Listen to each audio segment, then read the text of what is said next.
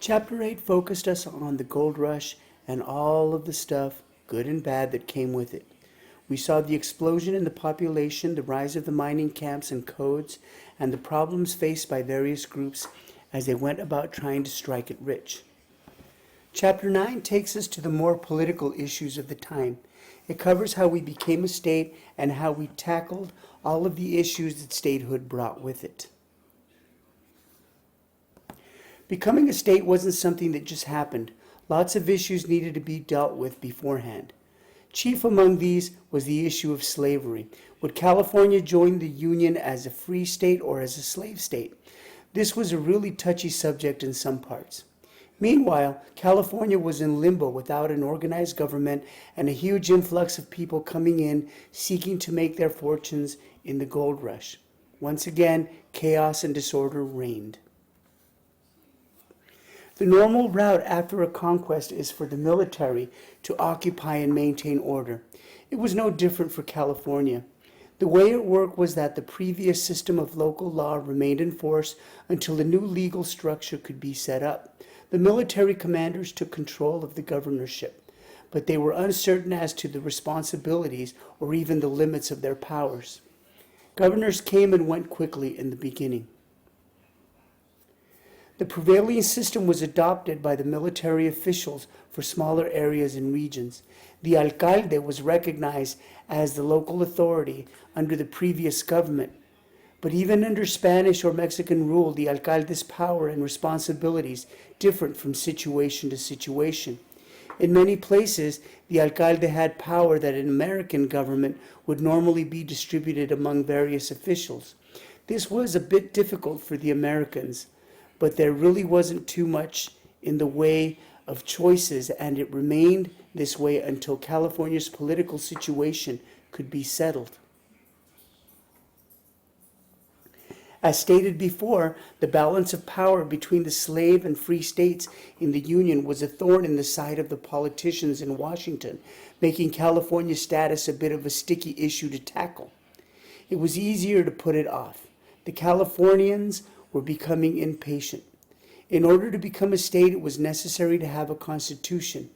With Congress again adjourning without taking action on California's situation, the civil governor of California called for a constitutional convention, hoping to light a fire under them.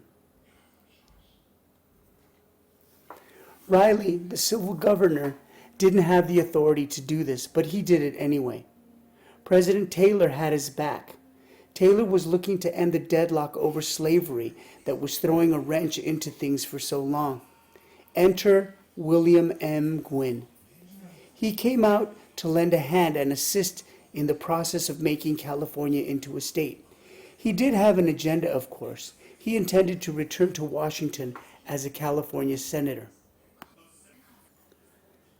There were some serious representation issues at the convention. Of the 48 delegates who attended, 37 were from the northern districts. The rancheros in the south probably weren't too cool with this. They already had major issues with the northerners and felt that their interests often took a back seat. Many of the delegates at the convention had been in California for a long spell, and 8 were actually California natives. Most of the Americans were from northern states, which didn't bode well for slavery. As they began to hammer out the Constitution, they addressed the major issues each in turn. The first was whether California would be a state or a territory. This was a big one for the Southerners, who were mostly rancheros. They knew that if they became a state, they would be taxed on their land in order to support the government. If they remained a territory, Washington would be obligated to provide funding. Gwin, who wanted to go back as a senator, pushed for statehood. Territories didn't have senators. He got his way. The issue of slavery was next on the agenda. It was not a difficult issue, most likely due to the makeup of the delegation. Slavery was unanimously voted out. It was not so much out of sympathy for the plight of the slaves. It was more about the miners not wanting to work side by side with slaves. Other important issues were taken on as well. California was the first state to honor the ownership of property by women. Boundaries for the state were also settled, giving California its current familiar shape. Other states' constitutions served as models for California, but the design of the Great Seal was original. The seal sported many numerous symbols that even now represent our state and its rich history quite nicely. The goddess Minerva is not only a guardian, but is reminiscent of the Amazons the explorers had sought to find here.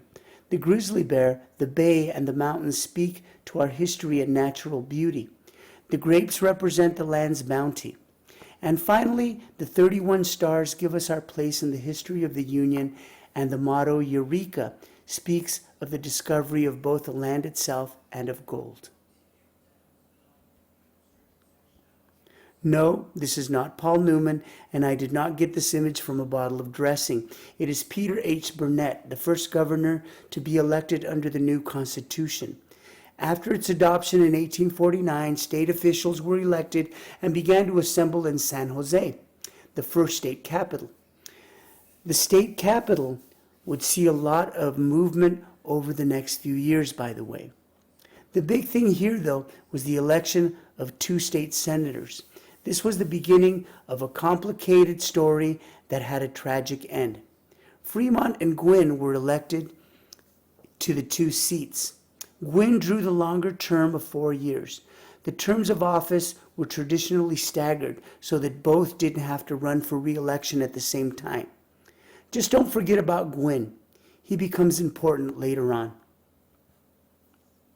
As I said before, the state capital bounced around a bit and finally wound up in Sacramento. It actually moved 7 times in 5 years. Admission to the Union didn't come until September 9th, 1850. It might never have happened if not for the Great Compromise of 1850, because allowing California in as a free state would upset the balance of power between the slave and free states. An agreement had to be reached. There were 15 free states and 15 slave states. The northern states gained power when California was added as a 16th free state. In exchange, the South was guaranteed that no federal restrictions on slavery would be placed on Utah or New Mexico.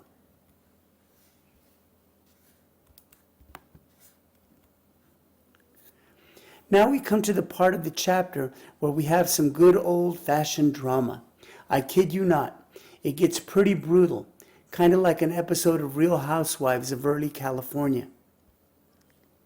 We've already heard about William M. Gwin. He'd already had a hand in getting California admitted to the Union, and he had come to help in the process and go back to Washington with a senatorial seat.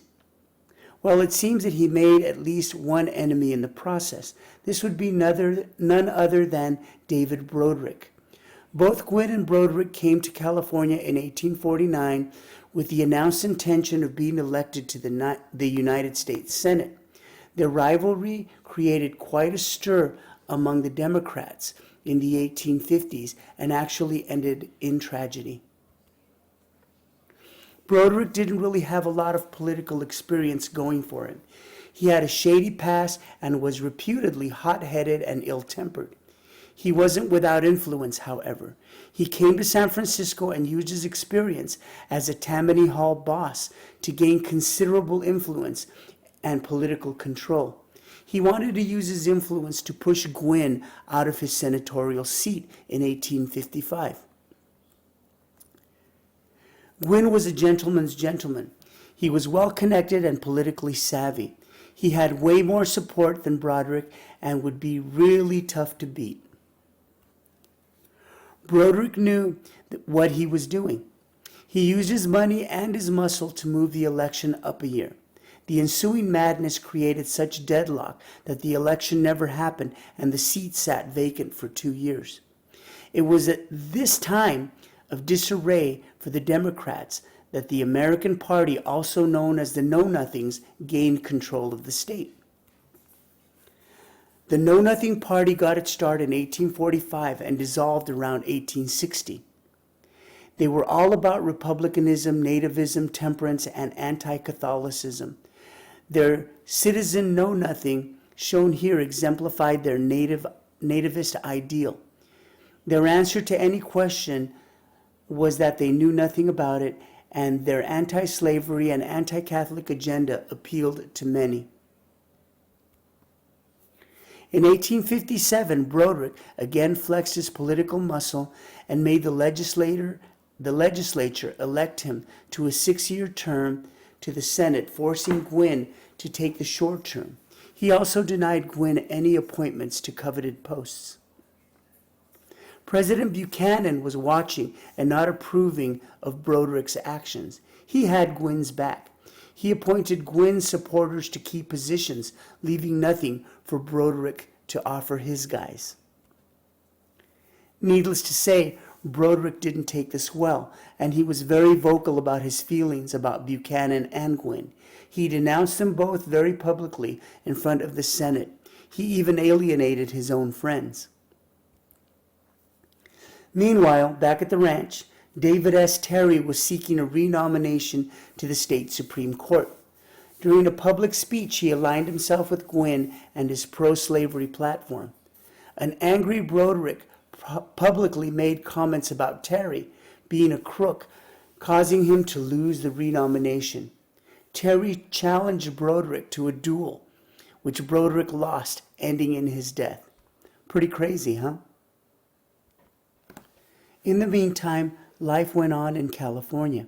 The Southerners were still unhappy with the North, and many of the southern counties wanted to secede from the rest of the counties. It wasn't really about slavery. It was more due to the lingering issue of the uneven taxation on the landowners of the South. Our authors give us some detail on how the 6,000 citizens of 6 southern counties paid $42,000 in taxes, while the 120,000 northern citizens paid $21,000. A legitimate gripe, I'd say. As far as the Civil War went, there was a common belief that California was pro-Confederate, but very few Californians actually came from southern states. Although there was very little threat of California seceding, the state's participation in the Civil War was limited. The main issue was distance. It was not cost-effective to move soldiers east from California, so a draft was never enforced either. There were many that did volunteer, but most stayed local in their service.